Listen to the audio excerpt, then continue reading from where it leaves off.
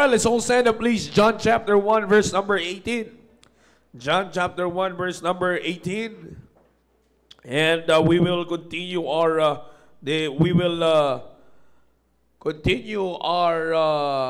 study this morning on Sunday school. And now pupunta tayo sa application na ating pinag-aaralan about God revealing His attribute to us. Alam niyo po, pinagpala tayo ng lubos, mga kapatid, that God is constantly revealing Himself to mankind. Yeah, makiingatan lang. Wag na lang magpapatong para hindi nalalaglag yung ano. Yeah. All right. John chapter 1, verse number 18. Are you there? Amen.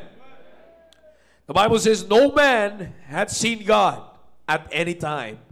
The only begotten Son, which is in the bosom of the Father, He hath declared Him.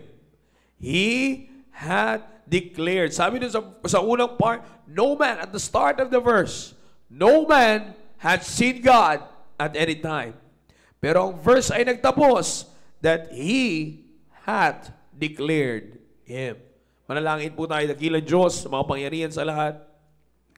Marami po salamat, Panginoon, sa oras na ipinagkaloob niyo po sa amin. Thou always, O God, kung ano pong nasa puso't isipan niyo po, Panginoon, and kagabi ay inilapit ko po ito sa inyo, O Diyos, and I believe that you wanted us to know more about you. Makilala pa po namin kayo ng lubos, Panginoon. We are limited, O God. Wala po kaming kakayanan na unawain ang inyong pangunawa. Ang inyong pong attributes, Panginoon, ay dakila na siyang di po namin kayang abutin. Not in a way na magpapahirap po sa aming unawain kayo para para mas manatili po sa aming isipan na kailanganin po kayo. O Diyos, naman sa pag-aaral po namin ngayon pong umaga nito, patuloy niyo po kayong pangunahan na inyong pong wisdom, knowledge, and understanding so that we will understand this message spiritually, O God, and not emotionally, O God. And also, I'm asking you to please continue to give us all the excitement to learn more about your word. And please, O God, preserve my voice and make me a blessing to your people. I cannot do this without you, O God. All these things, Father, we pray in Jesus' name. Amen. Please be seated.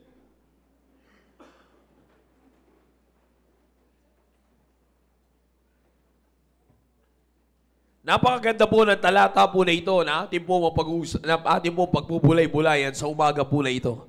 No man hath seen God at any time.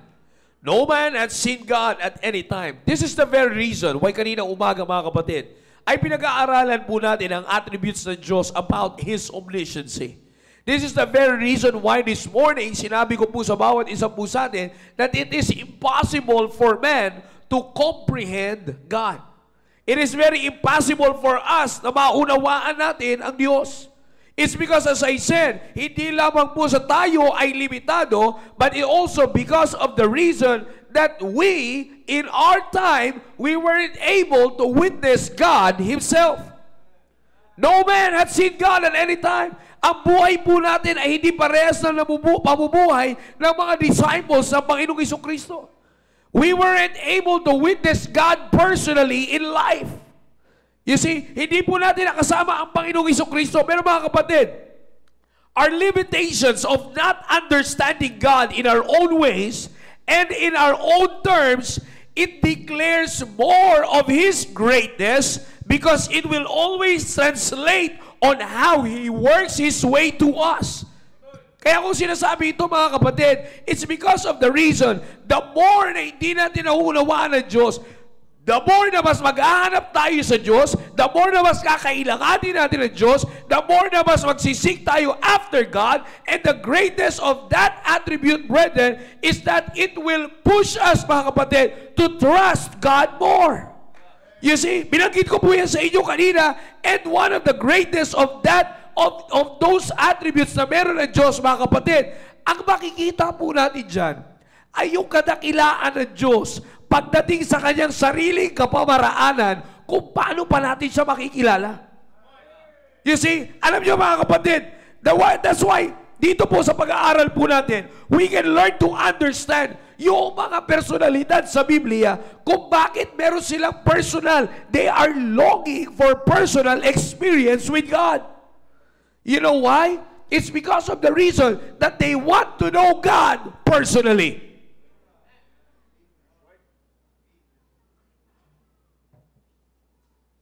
Alam niyo po, wala nang tatalo. Kahit naman po tayo bilang isang tao eh. Tao sa tao ang usapan. We want to have a personal encounter and we need to have a personal encounter para makilala at maunawaan natin yung tao na gusto natin kilalanin. You see, actually, tinanggal na po na nga ng social media yan. Kung bakit ko po sinasabi mga kapatid, it's because of the reason, nung simula na, dahil nauso ng pandemic, hanggang sa panahon ngayon, ano pong nangyari? Ang tao, takot na makipag-harapan. Ang lakas na lang ng loob, nasa ano. Kaya nga maraming sinasabing keyboard warrior na eh. Wala nang warrior talaga. Keyboard warrior na lang. Bakit? Sana lang nakikipagbasagan. Sana lang nakikipagmatapangan sa social media. Di ba? Parang naalala ko yung mga uminit-init talaga yung matinding kainitan niyang sa agawan niya sa ating teritoryo sa dyan sa sa West Philippine Sea. Akalain mo talagang maraming talagang makikita mo sa social media Talagang ang daming Pilipinong magigiting. Talaga naman, kanya-kanyang post talaga sa social media Ang daming gusto maging bayani. Mabira. Pero ayaw sa ROTC. Mahirap intindihin. Ang hirap intindihin. Maraming gustong magpakabayani sa West Philippine Sea, pero ayaw ng ROTC. Di ba? Talagang ang tatapang yan Bakit? Bakit ko po sinasabi yan mga kapatid? It's because of the reason na nandoon na lang Ang pagkakakilala na lang, kahit nasa mga courtship, panliligaw ngayon ng lalaki at saka sa babae. Saan una nagkakaigihan? Sa chat. Young people, you can relate, right? Amen? Oh, amen. Sino yung asher? Pakihanap. Di ba? Saan mas una nagkakadevelopan? Sa chat. Akalain mo, ma-inlove ka sa taong nakausap mo lang? Mahirap nung kumahut-hutang ka pa ng pera sa chat lang. Huwag na tayo lumawin dyan.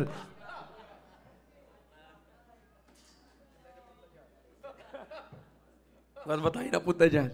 Pambira, maglagay ng magandang profile picture. Pambira, paglagay ng magandang profile, chat agad. Pambira.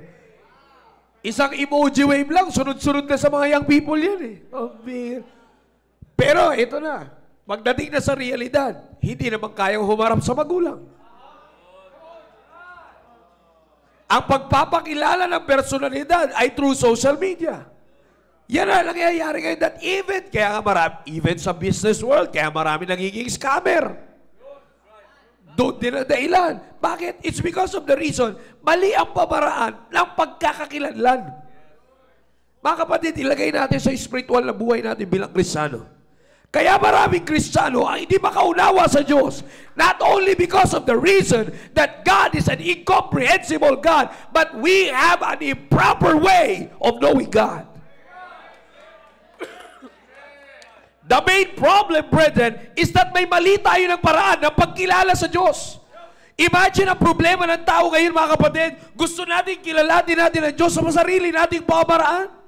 Gusto natin kilalanin natin ang Diyos in our own terms. Gusto natin kilalanin natin ang Diyos as God is my provider. Bakit mo ganun gusto kilalanin ang Diyos? Kasi gusto mo lahat ng hingin mo, ibigay niya. Yan ang pagkakakilala ng tao. Gustong pagkakakilala ng tao sa Diyos. Kaya nga, pagka hindi nabigay, katulad sinabi ko kanina umaga, pag hindi ibinigay ng Diyos, yung hinihingi ng tao, nagre-rebelde ang tao sa Diyos. Hindi tamang pagkakilala. You see that, brethren? It's because of the reason, mga kapatid, lalo pa sa panahon natin ngayon, it's because of the reason that we were not able to witness God personally. Hindi tayo katulad ng mga apostles niya. Yung mga apostles niya, naka-fellowship talaga ang Panginoon Jesucristo. You see that? Pero maliban dyan, mga kapatid, God Himself, God the Father, hindi natin nakasama ang Father, the Holy Spirit, wala tayo, mga kapatid. It's only because of the reason, kaya ko po binabanggit sa, para maunawaan natin, and I'm trying to establish to you, the reason why a lot of people are trying to make their own way sa pagkakakilala sa Diyos, because we weren't able to see God. No man had seen God. Pero mga kapatid, kaya ka tinan niyo po, Let me give you a direct illustration for that sa Biblia. Kaya nga mga kapatid, yung nga makikita natin sa Biblia, tao nga na nakita na mismo ang Diyos, nakadaupang palad na mismo ang Diyos. You see, nagkaroon pa ng kanyang sarili, naghanap pa ng much better conviction. Remember Thomas? Remember Thomas, brethren? Minsan nagiging negative sa atin si Thomas, pero there are good things na magandang makita natin kay Thomas, magandang tanggapin natin kay Thomas. Actually, nabahagi ni Pastor Ian dito. I'm just going to say this as part of an illustration, mga kapatid, na dapat nating matutunan. It's because of the reason, ang kagandahan sa ginawa ni Thomas, when God visited the story, if you can remember, let's go to it. Alright? Let's open our Bibles, John chapter 20. Para masundan niyo po sa Bible ninyo. John chapter 20, verse 19, and then we'll drop down to verse 24 to 25.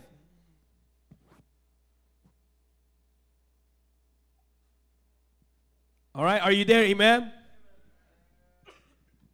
Sabi ng Bible, John chapter 20, verse number 19, sabi po ng Bible, then the same day at the evening, being the first day of the week, Sunday, being the first day of the week, when the doors were shut, where the disciples were assembled for the fear of the Jews, came Jesus and stood in the midst and said unto them, peace be unto you. Drop down to verse number 24. But Thomas, one of the 12, called Didymus, was not with them when Jesus came. Take note, wala si Thomas. Verse 25, the other disciples therefore said unto him, we have seen the Lord. Period. Nakita niyo po? We have seen the Lord. Nakita namin ang Panginoon. But he said unto them, except I shall see in his hands the print of the nails, and put my finger into the print of the nails, and thrust my hand into his side, I will not believe. Alam niyo po mga kapatid, minsan namulat tayo sa istorya na, grabe to si Thomas. Grabe to si Thomas. Pambira. Nakasama, disciple ng Panginoon Jesucristo. Pero ba't ayaw niya maniwala? Minsan kikwestiyonin natin ang gano'n, pero mga kapatid, kung titingnan natin ang maigi, Thomas has a good conviction on this matter. You know why? Because tandaan nyo, nung nagpakita ang Panginoong Jesucristo, wala si Thomas. You see? And then nung dumating si Thomas, may nagsabi sa kanya, nakita namin ang Panginoon. You see? Anong sagot ni Thomas? Maliban na lang kung makita ko. Yan, maliwanag binasa natin. Yung mga palatandaan, maliban yun ang hinahanap ni Thomas. Maliban na lang na makita niya yung mga palatandaan ng ginawa sa Panginoon Jesucristo, sabi niya, sabi niya, maliwanag, sinabi niya statement, I will not believe. You see? Now, the question here is, bakit di naniwala? I-disciple siya. Di ba kilala niya ang Panginoon Jesucristo? That can be the question that may arise. Pero mga kapatid, here's the thing. Ang maganda sa ginawa ni Thomas, he has his own, by the way, let me just refresh it to you. May encounter personal si Thomas kay Kristo. Siya yung nagsabi na siya yung nagtanong sa Panginoon Jesucristo, saan kami matutulog?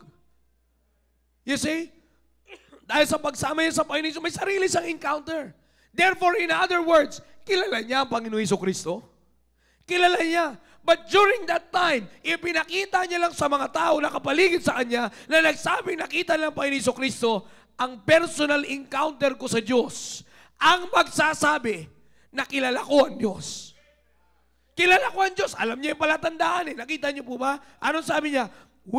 Except I shall see in his hands the print of the nails. Alam niya yung nangyari? Alam niya yung nangyari sa Panginoon Jesucristo? Except I shall see the print of his nails and put my finger to the print of the nails and thrust my hand into his side, I will believe. Alam ko yung nangyari sa Diyos ko.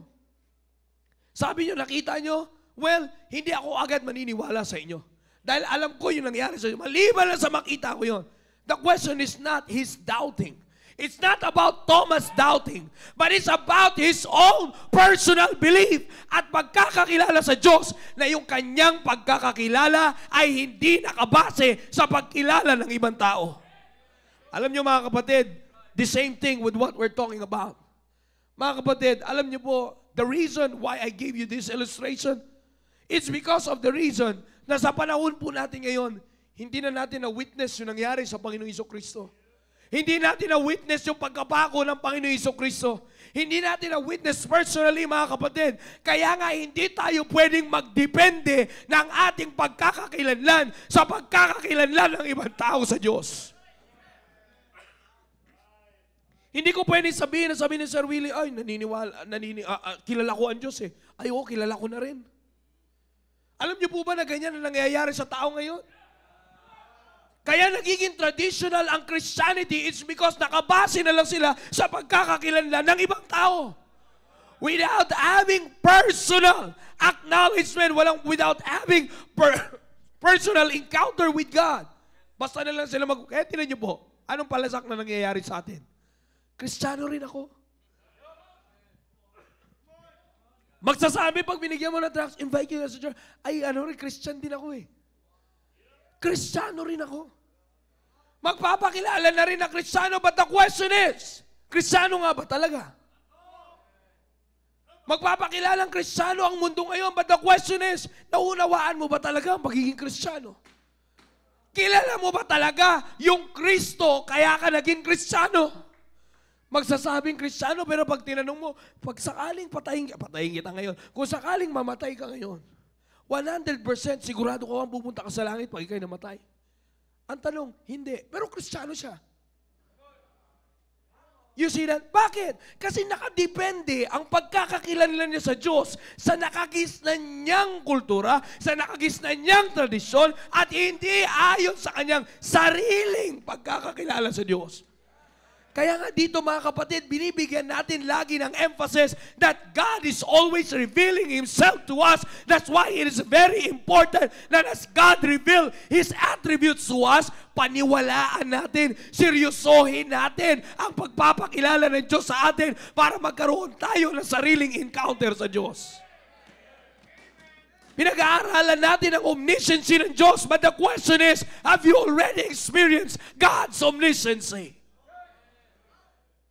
Hindi natin pwedeng sabihin dito mga kapatid, tinuturo ng ating mahal na pastor, at lagi tayong ini-encourage to have a personal encounter with God. Hindi lang tayo magbabase sa, alam mo, magandang makapakinig ng testimonies. Because those are God's manifestation. You see, encouragement yun sa atin. But it doesn't mean na i-claim din natin, ay ganyan din sa akin ng Diyos nang hindi mo talaga napapatunayan. Kaya nga mga kapatid, sabi ko po sa inyo, napaka-importante na seryosohin natin ang pagkakilala natin sa Diyos. Seryosohin natin. Look, anong ginawa ni Thomas? You see, hindi siya agad naniwala. We have seen the Lord. But in fact, mga kapatid, kanya-kanyang assumption lang kasi ang nangyayari. Pero kung titingnan natin yung record, hindi rin naman sila kinwestiyon ni Thomas. Wala naman tayo makikita dito. And Thomas questioned them. No, wala. Sinabi lang dito ni Thomas yung kanyang sariling conviction. Bakit? Kilala ko rin yung Diyos eh. Nung nabubuhay pa ang Panginoon, nakasama ko rin siya eh. You see, ngayon kung nakita nyo, you see, ako, maniniwala ako kapag nasa harap ko. You see, ano sabi niya pa dito? Now, tuloy tayo. Makikita natin dito sa verse 26.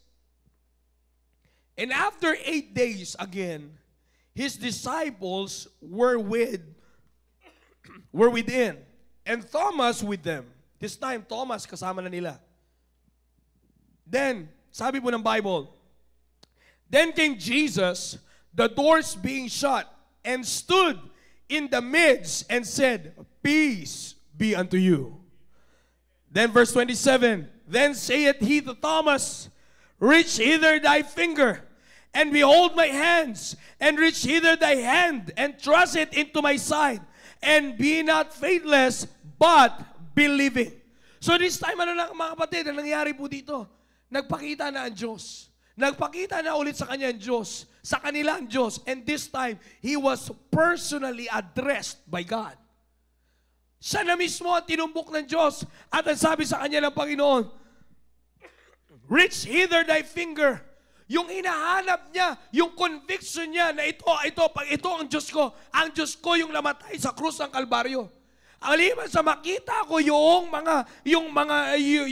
nails, the print of the nails sa kanyang kamay, and I can put and I can thrust my hand into his side. Yun yung Panginoon ko, yun yung pinasok. Doon ako maniniwala, nagpakita siya. This time, nagpakita. Ipinagawa sa kanya ngayon ng Diyos yung hinahanap niya. And then, what happened? Ito mga kapatid, ang pinakamaganda. Anong sagot dito ni Thomas? Sa verse 28. And Thomas answered and said unto him, my Lord and my God. My Lord and my God. Mga kapatid, pinakitaan niya si Thomas ng ebidensya. Nung pinakitaan niya si Thomas ng ebidensya, agad-agaran, walang umpay, walang anong pagundangan si Thomas. Sinabi niya kagad, my Lord and my God. Alam niyo mga kapatid, magandang salaminan natin ulit ito. His realization this time. Marami nang pinapakitang ebidensya ang Diyos sa buhay po natin. But the question is, ba't ayaw pa rin natin kilalanin ng Diyos? Nakakalungkot sa buhay ng maraming tao at buhay ng maraming Kristiyano ngayon. Nagpapatunay na saya, ay, ako yung Diyos. Ako yung pinaniniwalaan mo. You see, there are instances in life natin na hindi na natin, because we might not be anymore aware na nagpapakilala na sa iyo ang Diyos. Young people, I'm talking to you. Young people, baka hindi mo na namamalayan. Kabibisi mo sa mga makamundong bagay. Hindi na natin na-priority ang Diyos, even sa mga adults. Kaya hindi na natin nalalaman, nagpapakilala na pala ang Diyos. Minsan yung inaakala natin, grabe naman, pinapahira, parang di yata ako pinapakinggan ng Diyos sa panalangin. No, baka nagpapakilala lang sa iyo yung Diyos. Bago tayo mag-isip na hindi maganda sa ginagawa sa atin ng Diyos, tandaan natin, gumagawa ang Diyos ng paraan na sarili niyang pamamaraan na maaring hindi po natin nauunawaan. Patilagay natin sa ating isipan, nagpapakilala siya sa atin. How many times did we encounter in a life na nagpakilala sa iyo ang Diyos? Because if we haven't yet experienced that, we have to be careful, brethren. Baka matagal na pinipilit ng Diyos na magpakilala sa iyo, kaso hindi mo siya kinikilala. Akala lang natin, naghihirap tayo sa buhay ng bato, parang wala nang ahon. Puro patay things, puro pag-ibig yung sinasabi simbahan, hindi na makaahon. Ang daming bayaran dito, daming doon. Kasi nga, hindi mo pinapansin ang pagpapakilala sa iyo ng Diyos. Alam niyo mga kapatid, that's the worst part of our life as a Christian. The worst part of our life as a Christian ay kapag pinapakita na nire-reveal na ng Diyos sa atin ang kanyang sarili. But yet, we're still doubting Him. We are much worse than Thomas.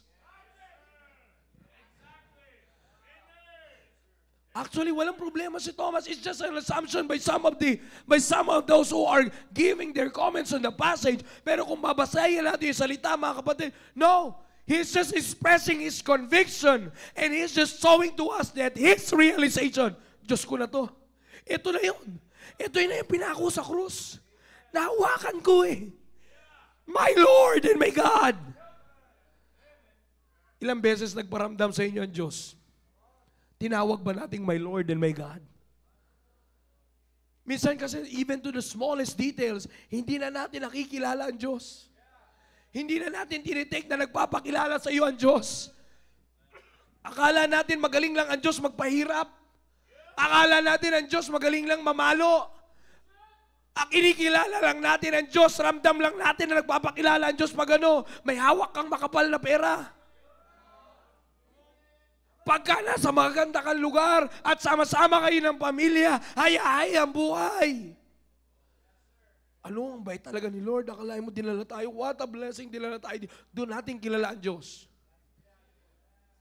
Doon lang sa mga bagay na kung saan nakakaramdam tayo ng ginhawa, yun lang yung tinitake natin na pagpapakilala ng Diyos. Kaya nga mga kapatid, sabi ko nga po sa inyo, anong nangyayari sa panahon ngayon? Kaya pagka wala ang tao sa kaalwanan ng buhay, hindi nila kayang makilala ang Diyos. Kahit na pinipilit ng Diyos i-reveal ang kanyang sarili. O kung babalik tayo sa pandemic times, kung babalikan natin, Sir Roy, Sir Willie, sa atin lahat, babalikan natin yung panahon ng pandemya, maraming kumikilala sa Diyos. Ha? Naalala niyo po ba? Balikan lang natin. As time gets worse and worse, palala ng palala ang sitwasyon, pumasok si COVID. Talaga naman, pagpasok ni COVID, sabi ng mga malalaking bansa, kayang-kaya namin yan. Ayun, kakamatayan na lahat. Hanggang sa ano lang sasabihin ng kanilang mga leaders, ng mga world leaders, only God can intervene this time. Bakit? Bakit? Nagpapakilala ang Diyos eh. Matindi. Kaya nga ano nangyari mga kapatid? Madami, kanya-kanya. Ang mga post sa social media, pag-praying, grabe ang pagmamakaawa. Please do not take this negatively. Pero sinasabi ko lang mga kapatid, makikita natin dito kung gaano ang tao naging hipokrito pagdating sa pagkakilala sa Diyos. Kasi talaga makikita natin, babalikan natin yung panahon na sa social media, grabe. Grabe ang daing, please pray, puro na please pray. Please pray for the frontliners, please pray for our doctors, please pray for our nurses, please pray for those yung mga naghahatid ng mga rason. Wala na. Puro na please pray. This time, kinilala nila that time ang Diyos. My Lord, my God, tulungan niyo kami. Pero ito na naman, nasa panahon na naman tayo ng kaalwanan. Nabalitaan na ngayon natin, pambira yung COVID pala, talagang later on, talagang napirahan lang, kumbaga. Ngayong nalaman na kaya ng kalabanin ulit, counterin yung COVID. Ano na naman yung nangyari? Nasaan na naman yung pagkakilala ng tao sa Diyos? Nasaan yung mga posts nila na, Lord, please pray, please, nasaan? Wala na. Anong makikita nyo? Anong makikita natin sa social media? Anong makikita natin? Puro rainbow. Yun na yung Diyos sa rainbow. You see that? Na kaya ko pinapakita sa inyo ito mga kapatid. When Thomas realized, nung ginawa ka niya, my Lord and my God. Mga kapatid, God, sabi ko sa inyo kanina, the reason why God is incomprehensible, the reason why God is inscrutable, it's because that is His attribute para muling gumawa ng pamamaraan na magpakilala siya sa atin. Yung mga tanong natin sa buhay, bakit kayo pinahintulutan ng Diyos? Hey, huwag mo i-take yung negative. Nagpapakilala sa iyo ang Diyos. Bakit kaya pinahintulutan ng Diyos sa ganito? Bakit kaya ganito? Ang dami ng katanungan. Uy, grabe naman yung ginawa kay ganito. Ang bait-bait naman yan. Ba't kaya namatay? Ba't kaya nasunugan? Grabe naman yan. Giver naman yan simbahan. Nagpapakilala ang Diyos. Ang tanong, pag nagpakilala ba ang Diyos, is our words the same as Thomas' words? Ang tawag ba natin, my Lord and my God? Or, ang take lang natin, ay siyempre, Diyos yan eh. Normal yan, gagawin ng Diyos yan eh. Kaya ano nangyayari mga kapatid? Even yung pagpasok natin sa simbahan, wala nang bigat. Madalas natin naririnig from this pulpit, brethren, sinasabi natin how important the church is. It's because of the reason when we go to the house of God, we go in God's presence. When we go to the house of God, kinikilala natin ang Panginoon. Pero there are times in our life na umuupo tayo sa loob ng simbahan, pero hindi tayo interesadong kilalanin ng Diyos. Bakit? Nakarating ka dito na bago damit mo eh. Nakarating ka dito na maayos yung sakyan mo eh. Nakarating ka dito na wala kang sakit. Na hindi ka umuupo. Na hindi ka sinisipon. Kaya pag upo mo dyan, hayahay ka lang. Makakapost ka pa sa social media na hayahay buhay mo, young people eh. Kaya uupo tayo minsan sa loob ng simbahan, wala tayong interes sa pagkilala sa Diyos. Kaya when time comes na nagpakilala sa Diyos, anong response ng tao? Katanungan. Is this reality? It's reality. This what's happening, brethren. Kaya nga tingnan nyo mga kapatid, napakaganda ito kay Thomas. Now, let's continue the story of Thomas. Alright? Kung makikita po natin dito mga kapatid, sa story ni Thomas, ano po sinabi dyan? After na magpakilala sa kanya ang Diyos, ang kinlaim niya kagad, my Lord and my God. You see, that is his confirmation in verse 28. Thomas acknowledged God's position in his life when Jason realized that it is really the true God who appeared to his brethren. In-acknowledge niya agad yung posisyon ng Diyos sa buhay. Now, this is the thing na dapat nating muling balikan, mga kapatid, sa ating mga sarili. When God is revealing Himself to us, nire-recognize ba natin yung posisyon ng Diyos sa buhay natin? Nare-recognize ba natin? Sabi ko nga, ito po yung napag-iiwanan natin. Kaya nga ano po nakikita natin ngayon, hindi na priority ng tao ang Diyos. Takbuhan lang ang Diyos pag may pangangailangan. Last resort. Parang yan yung kasabihan namin pag hindi ka na tinanggap sa pag-enroll, Bible school na nga lang. Okay, pagka hindi ka, ay wala na, hindi na ako umabot sa pag-enroll, Bible school na lang. Ang liit ng tingin sa Bible school. Na nakalimutan niya, ang pinag-aaralan sa Bible school ay Diyos. And in Bible school, we are talking about theology.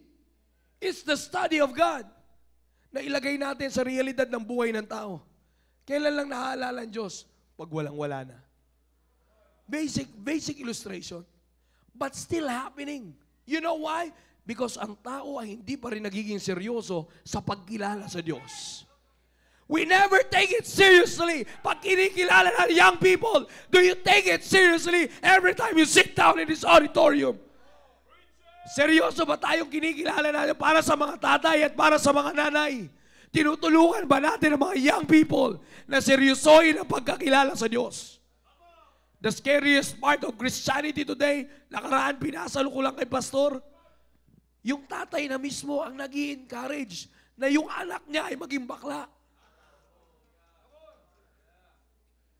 Sumasayaw, kumikembot sa kanya, yung anak niya. Sa harap niya.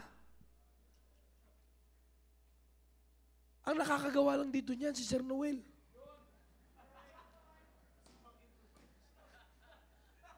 Pero what I'm simply trying to say is, kaya ako binanggit yon.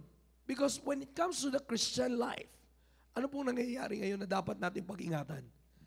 Baka tatay, sa ating mga fathers, mothers, sa ating mga parents, baka hindi natin namamalayan. Tayo pa yung nakakapagtulak sa mga anak natin para hindi kilalanin ng Diyos.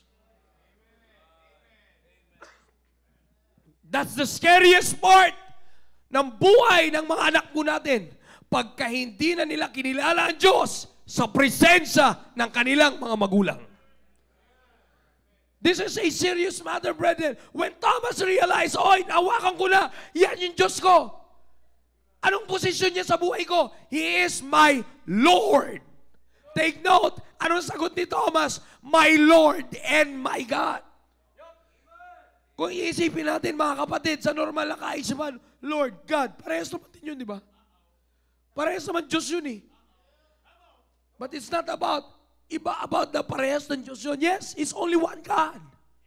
But Thomas is emphasizing the position of God in his life.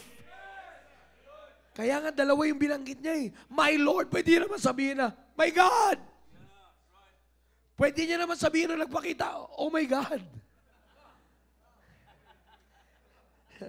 Kung panahon, kung Gen Z to, sasabihin, OMG. Oh. Pero di ba, mga kapatid, hindi, ano sabi niya? My Lord and my God. My Lord, my supreme authority. My God, the sovereignty of my life. Mga kapatid, ito po yan. Ginagamit ko lang sa illustration sa inyo. But my point here is this. Balik tayo sa main verse natin, John chapter 1 verse 8. The best part, I use Thomas as the illustration ng kanyang encounter sa Diyos. His conviction, his realization, and his confirmation Now here's the message here, brethren. No man had seen God. Yung nangyari kay Thomas, hindi na mangyayari sa atin. Do you believe that? Amen? Hindi na. Bakit? Wala nang Panginoon Jesucristo, nasa langit na eh.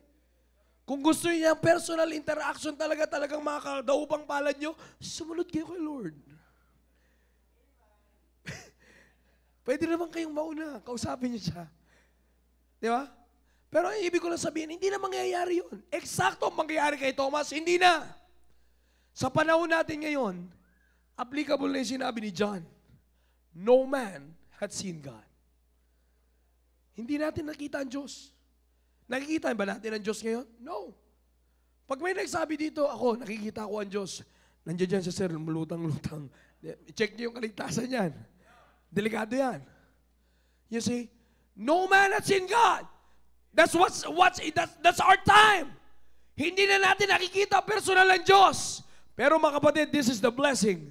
Sabi ng Biblia, no man has seen God at any time. The only begotten Son, which is in the bosom of the Father, He hath declared Him. The reason hindi man natin makita ngayong personal ang Diyos, but we can still experience God in our time. Hindi man natin makikita ng matahan natin ang Diyos, pero mga kapatid, yung experience ni Thomas can be the same experience with us. You know why? Because God keeps on revealing Himself to us in this time. Hanggang ngayon mga kapatid, hanggang ngayon nagpapakilala sa atin ng Diyos. Ano sabi ng Biblia? Sino po yung nagdi-declare sa Diyos? He had declared Him. Sino yun? Ang anak. Ang Panginoong Jesucristo. In their time, sabi ng Biblia, John chapter 1 verse 1. Ano sabi ng Biblia? In the beginning was the Word, and the Word was with whom? And the Word was who? And in verse number 15, verse number 14, sabi ng Biblia, and the Word was what? Made flesh, and what? Dwelt among us. As sabi ng Biblia, and we beheld His glory, and the glory as of the only begotten of the Father, full of grace and truth. Yes, He dwelt, sabi ng Biblia, He was made flesh. He dwelt among them. Sa atin wala naman na eh. But how can we experience? How can God declare Himself to the Lord Jesus Christ? Because brethren, let me remind you, tinanggap natin yung nag-manifest. Are you still following, brethren? Amen. Are you still following? Amen. Here's the thing, brethren. Yung nag-manifest sa kanila, tinanggap mo. Tinanggap mo bilang ano? Panginoon at tagapagligtas. That's why even up until this time, I may not be seeing God face to face. Hindi ko malahawakan yung kanyang tagiliran. Pero brethren, nais ko sabihin sa inyo, nagre-reveal pa rin siya sa akin because tinanggap ko siya sa puso ko bilang sarili kong Panginoon at tagapagligtas. Kaya nga mga kapatid, kung parehas tayo ng tinanggap, God is continually revealing Himself. And through the faith that is in us, ano sabi ng Biblia? Buksan po natin ang Biblia po natin.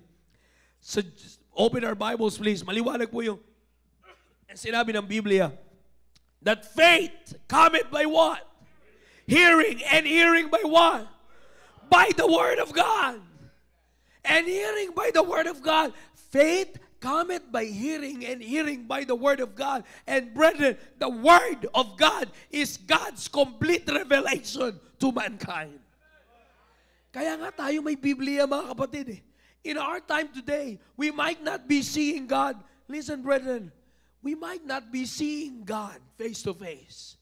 But if you have your Bible with you, He is revealing Himself to you.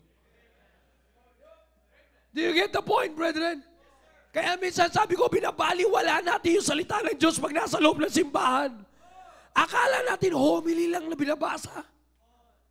No, hindi mga kapatid. Kaya ito itinuturo sa simbahan because this is how God is revealing Himself to us. Kaya nga mga kapatid, ito yung bagay na dapat natin seryosohin. Sa buhay natin bilang isang Kristiyano, How many times? How many times na atin pong napapakinggan ang salita ng Diyos? But the question is, kamusta ang pagkakilala mo sa Diyos? Yung revelation ng Diyos sa buhay natin. Young people, nagre-reveal ang Diyos sa iyo by preserving your life. How do you take it seriously? Minsan openly, kala natin sa simbahan tayo nagpapakita na kaya ko mabuhay kahit wala yung tinuturo ng simbahan. But what we're not expecting, na kailangan mo yung simbahan para makilala mo ng lubos ang Diyos. At para makilala mo ng lubos ang Diyos, iingatan at mapipreserve yung buhay mo. That's how God reveals Himself to you, young people. And even to each one of us, brethren. Kaya nga sa pagkakataon po na ito, mga kapatid, another illustration and then we're done. You know Job? You know Job? Mga kapatid, magkaiba sila ng sitwasyon ni Thomas. Si Thomas, nakasama niya personal ang Diyos. Si Job, hindi. Pero nakakahiya naman, mga kapatid. Kung mas matindi pa yung pagkakakilala ni Job. Si Job, halos makukompare natin yung sarili natin sa kanya. Bakit? Parehasan tayo ng encounter sa Diyos eh. He never seen God, but he experienced God. Para matauhan tayo, mga kapatid, magbigyan tayo linaw. In Job chapter 1, verse 21. Job chapter 1. Maganda ito eh. Dito tayo magtatapos, mga kapatid. Huwag kayong maaalala, mahabol yung panonoorin nyo. Job chapter 1. Sabi ng Biblia, verse number 21. And he said, very familiar passage, naked came I out of my mother's womb. Naked shall I return thither. The Lord gave, and the Lord take it away. Blessed be the name of the Lord. Ay, alam mo naman eh, Brad, napakadali lang sabihin yan. Sige. Madali eh. Isa-isahin natin kung bakit niya sinabi yan. Okay? Punta tayo sa verse number 13. Oh, by the way, bago natin basahin yan, sa mga preceding verses, sa simula, tandaan, let me just remind you, si Job yung tao na pinaalam ng dyablo sa Panginoon. Ikaw, hindi pa ka kinikilala ng dyablo. Huwag tayong magyabang sa Diyos. Huwag tayong magsabi na hindi ko kailangan pang kilalanin ng Diyos. Alam ko naman, He's God. Huwag mong baliwalain at huwag natin i-take lightly ang pagkilala sa Diyos. Bakit? Baka pag pinaalam ka na ng dyablo, pakita pa lang sa'yo, tatakbo ka na. Eto, pinaalam siya eh. Pinersonal ni Satanas ang Diyos. You see, the Lord said unto Satan, basahin po natin. Gusto ko lang bigyan ng emphasis ito. Sa verse number 6, verse 1. Now there was a day when the sons of God came to present themselves before the Lord. And Satan came also among them. And the Lord said unto Satan, Whence comest thou? Siyempre nga naman, ba't ka nandito? Mira, anak naman.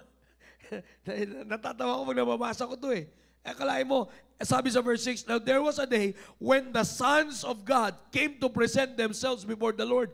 Tapos sumingit si Satanas. Natural, tatanungin ka ng Diyos. Oh, saan ka galing? Teka lang, who you? Ba't ka nandito? Sabi ng Bible, Whence comest thou? Then Satan answered the Lord and said, From going to and fro in the earth, and from walking up and down in it. Mira, strolling. Verse 8, And the Lord said unto Satan, sabi ng Panginoon, nag-stroll ka pala. Hast thou considered my servant Job? Sabi niya, that there is none like him in the earth, a perfect and an upright man, one that feareth God and escheweth evil. Sabi sa kanya ni Satan. Then Satan answered the Lord and said, That Job fear God for naught? Hast thou made an hedge about him, and about his house, and about all that he had on every side? You see, naunawaan niyo yung verse 10, mga kapatid? Thou hast blessed the work of his hands, and his substance is increased in the land. Sabi ni Satan, verse 11, but put forth thine hand now, and touch all that he hath, and he will curse thee to thy face. Sabi ni Satan, ha? Bakit? Nasubukan mo na bang galawin? Yung mga ari-arian niya? Pinagpapala mo kasi. At hindi ha? Pinagpapala mo kasi. Yung substance siya nag-i-increase eh. Pero subukan mong galawin yung mga ari-arian yan. Isusumpa ka yan. Si Job ha, ang nag-uusap pa dito, pinag-uusapan si Job ng Panginoon at ni Satanas. Hindi ko alam kung pinroject na tayo ni Satanas. Kasi kung hindi pa tayo napaproject ni Satanas, ay kilalanin mo lang Diyos habang wala pa. Now, tuloy tayo. And the Lord said unto Satan, behold, all that he hath, eto na, is in thy power. Only upon himself put not forth thine hand. So Satan went forth from the presence of the Lord. And, eto na po, verse 13. And there was a day when his sons and his daughters were eating and drinking wine in their eldest brother's house.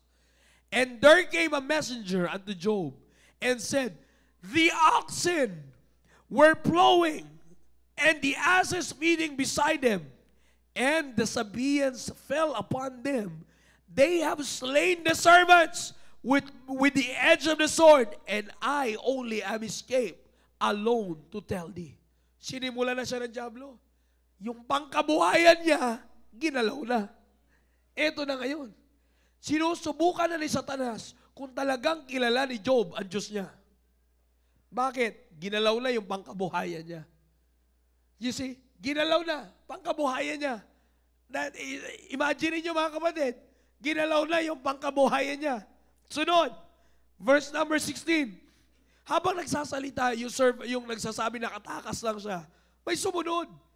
While he was yet speaking, there came also another and said, the fire of God is fallen from heaven and burned up the sheep. Uy, nadagdagan.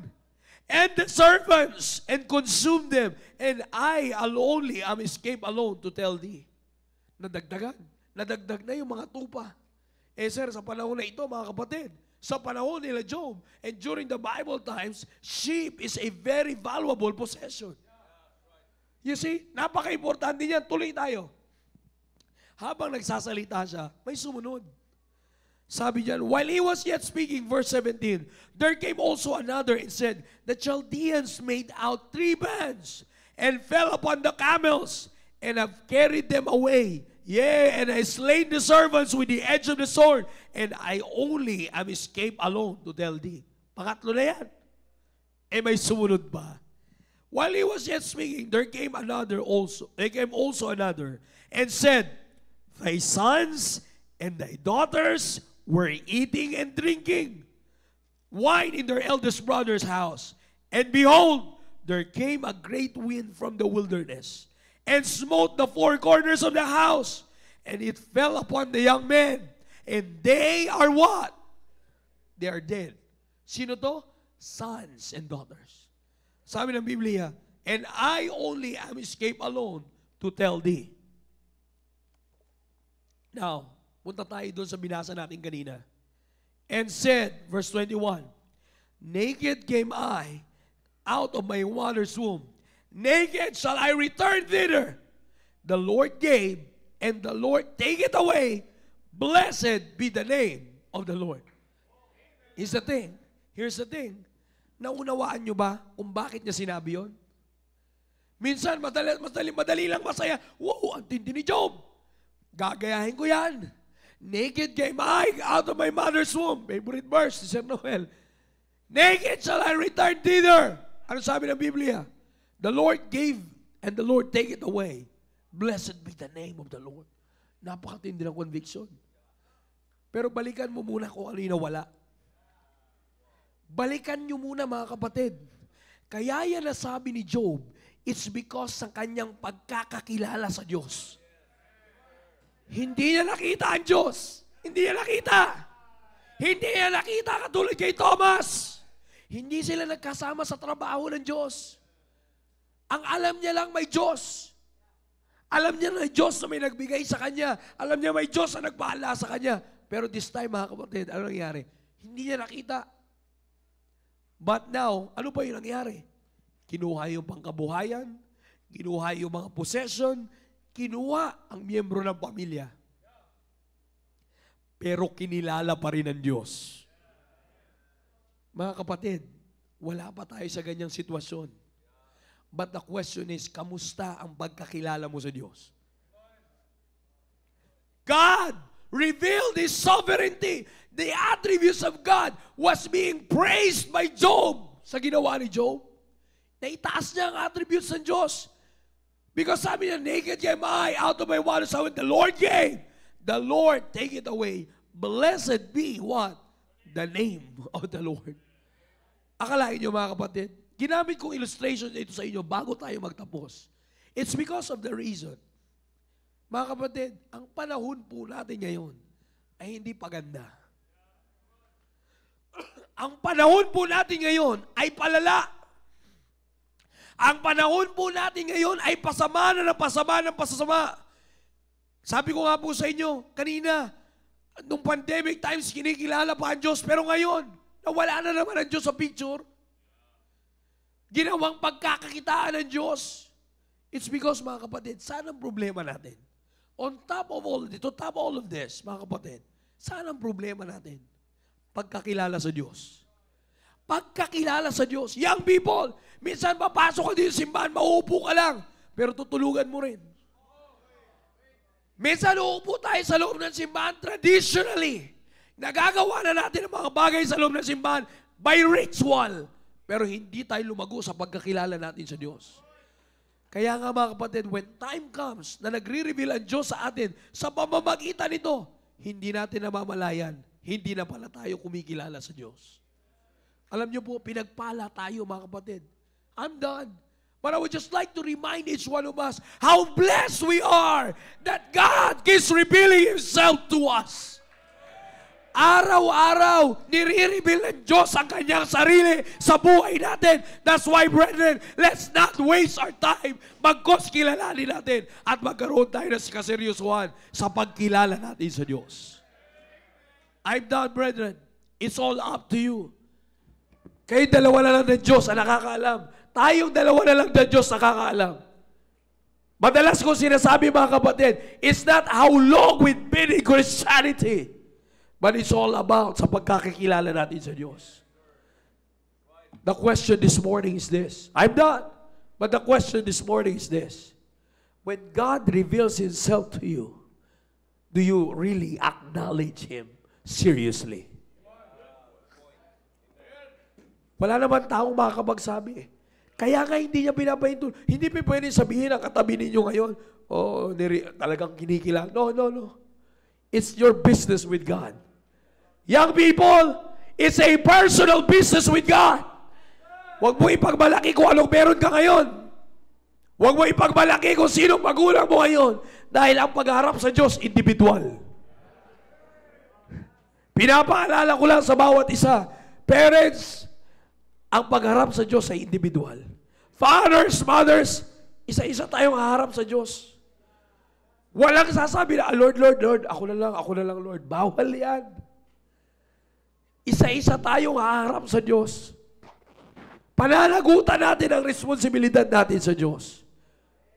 Kaya nga napaka-importante mga kapatid, habang nandito pa tayo sa loob ng simbahan, habang binibigyan tayo ng Diyos ng kalakasan, na umattend ng ating pananambahan, seryosohin natin ang pagkakakilala natin sa Diyos. Because, sabi ko nga kanina, wala nang sasaya pa sa buhay ng Kristiyano kung kilala mo ang Diyos mo.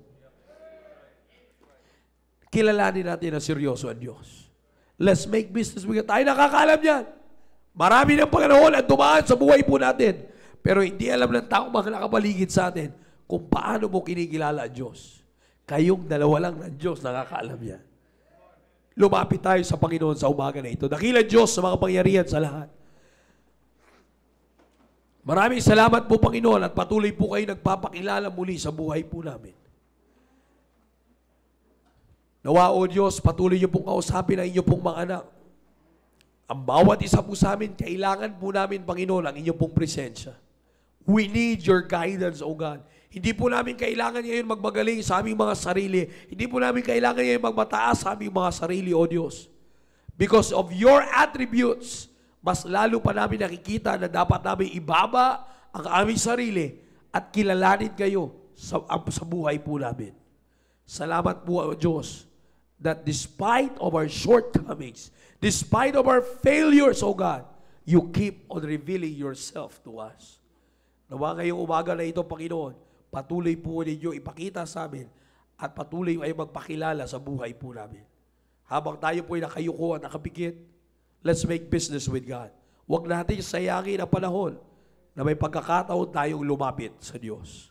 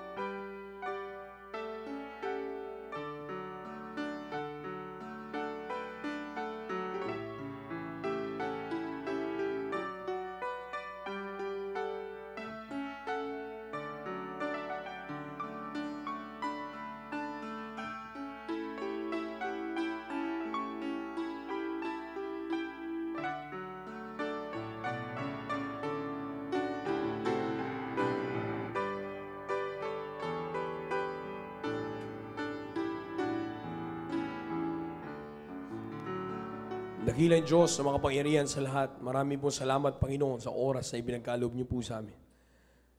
Ngayon, Panginoon, tigluptuod niyo po na isumpungan niyo pong mga anak na ikipag-usap po sa inyo. Thou knowest, O God, kung saan po kami nagkulang, Panginoon, sa pagkilala sa inyo. Nawa, Panginoon, sa umaga po na ito, ay muli niyo po kaming ipaalalahanan, Panginoon, kung paano dapat namin seryosohin ang magkaroon ng tamang pagkakilala sa inyo. Nawa, Panginoon, huwag niyo pong pahintulutan ang dyablo ay patuloy pa kaming linlangin, Panginoon, para antayin ang pagkakataon na magkaroon kayo ng ibang dealing sa amin, Panginoon, para lang makilala namin kayo. Oh God, please, spare us this morning, oh God. Help us, oh God. Help us to continually know you, oh God, and acknowledge your position in our life. Thou art the omniscient, omnipotent, omnipresent God. Salamat at kayo po ang Diyos po namin. All the glory belongs to you. In Jesus' name we pray. Amen.